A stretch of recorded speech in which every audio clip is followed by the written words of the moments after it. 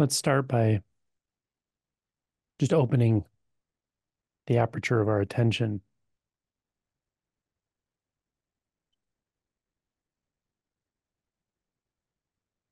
instead of directing experience. Let's notice experience simply.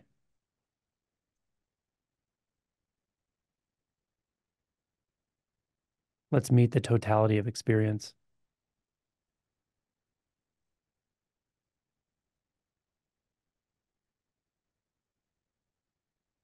Let's meet it as simply and innocently as possible,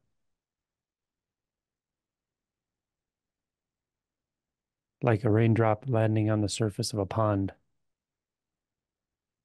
or a leaf falling effortlessly through the air.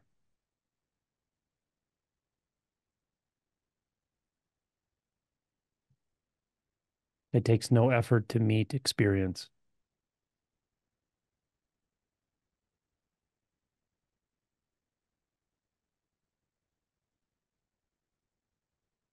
Whatever form experience arises in is exactly right.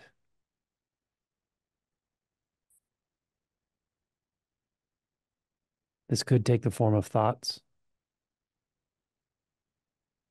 mind doing what it does, thinking about the past or future, thinking about how I'm doing or how I'm feeling. This is okay. This is just what happens. This is how it feels to be experiencing consciousness.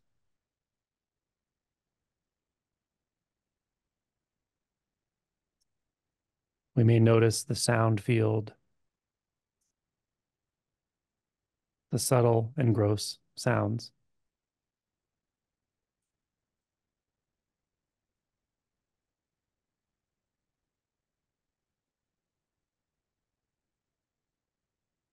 As we notice sound, it may become somewhat amplified, closer, more alive.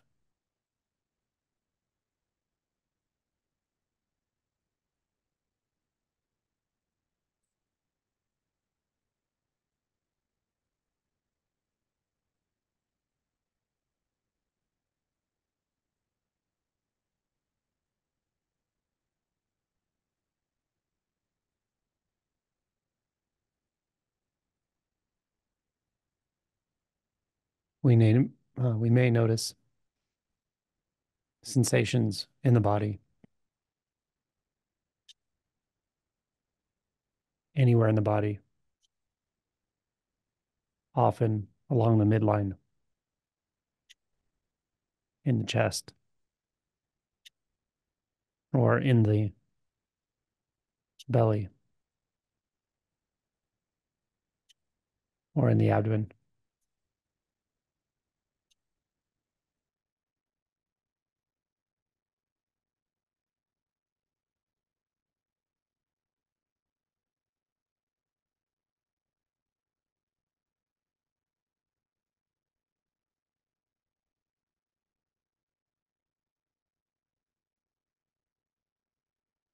We may notice an area that feels particularly tight or dense or contracted or painful. However, this is, we can meet it simply.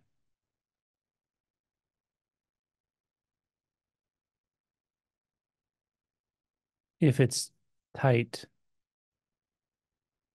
if it's dense, sometimes as we meet it, we will also receive a message from the mind that says, this is too much, or this shouldn't be here, or I don't know what to do with this.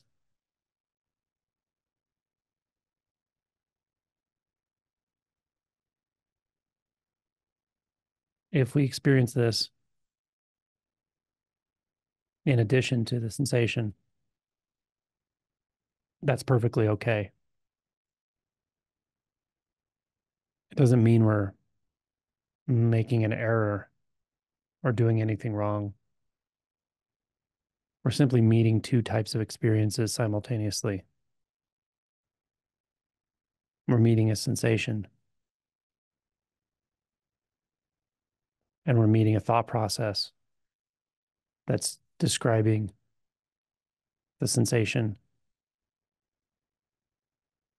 but it's describing it in such a way that presumes that we can be apart from it, mitigate it, manage it,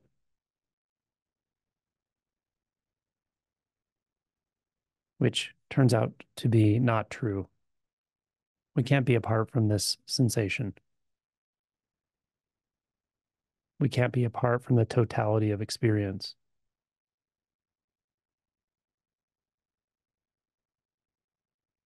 So we meet it simply. It may pull us very deep to a very, very quiet space, a space that doesn't even have space.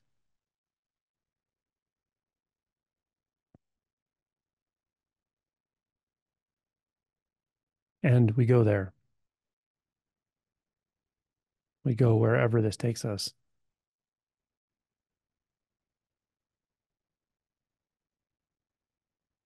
into the earth, into the grave, into the energy,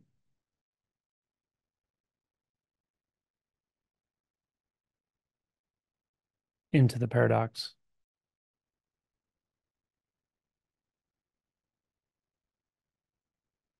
into the utter surrender, which is also utter helplessness.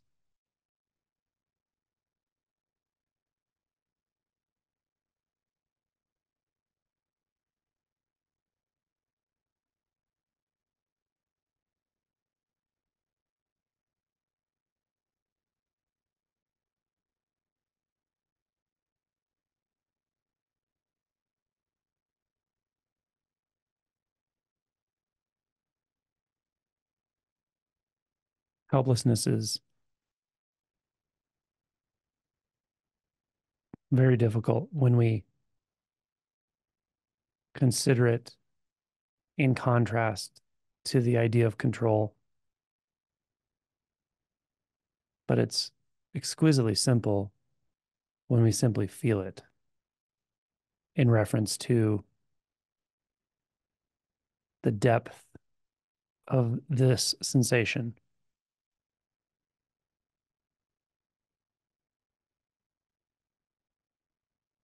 This is the sensation where everything ends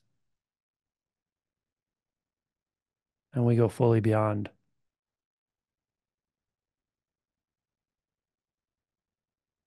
Beyond isn't a place, it isn't somewhere else.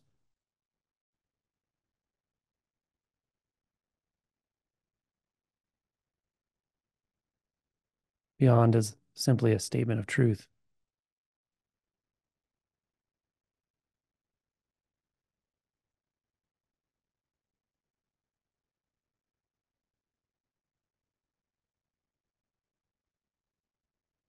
So we face the inevitability here if we go deep into this sensation.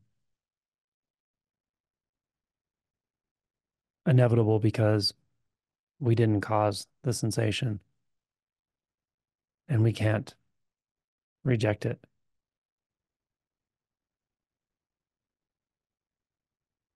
This is just about admitting to ourselves we can't cause life to happen the way we want it to,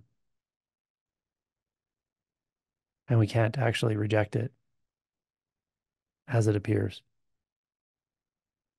Both ways of perceiving are just reflections. And in the reflection, something gets added that never was. a personal separate will. It never was any more than a personal separate entity was.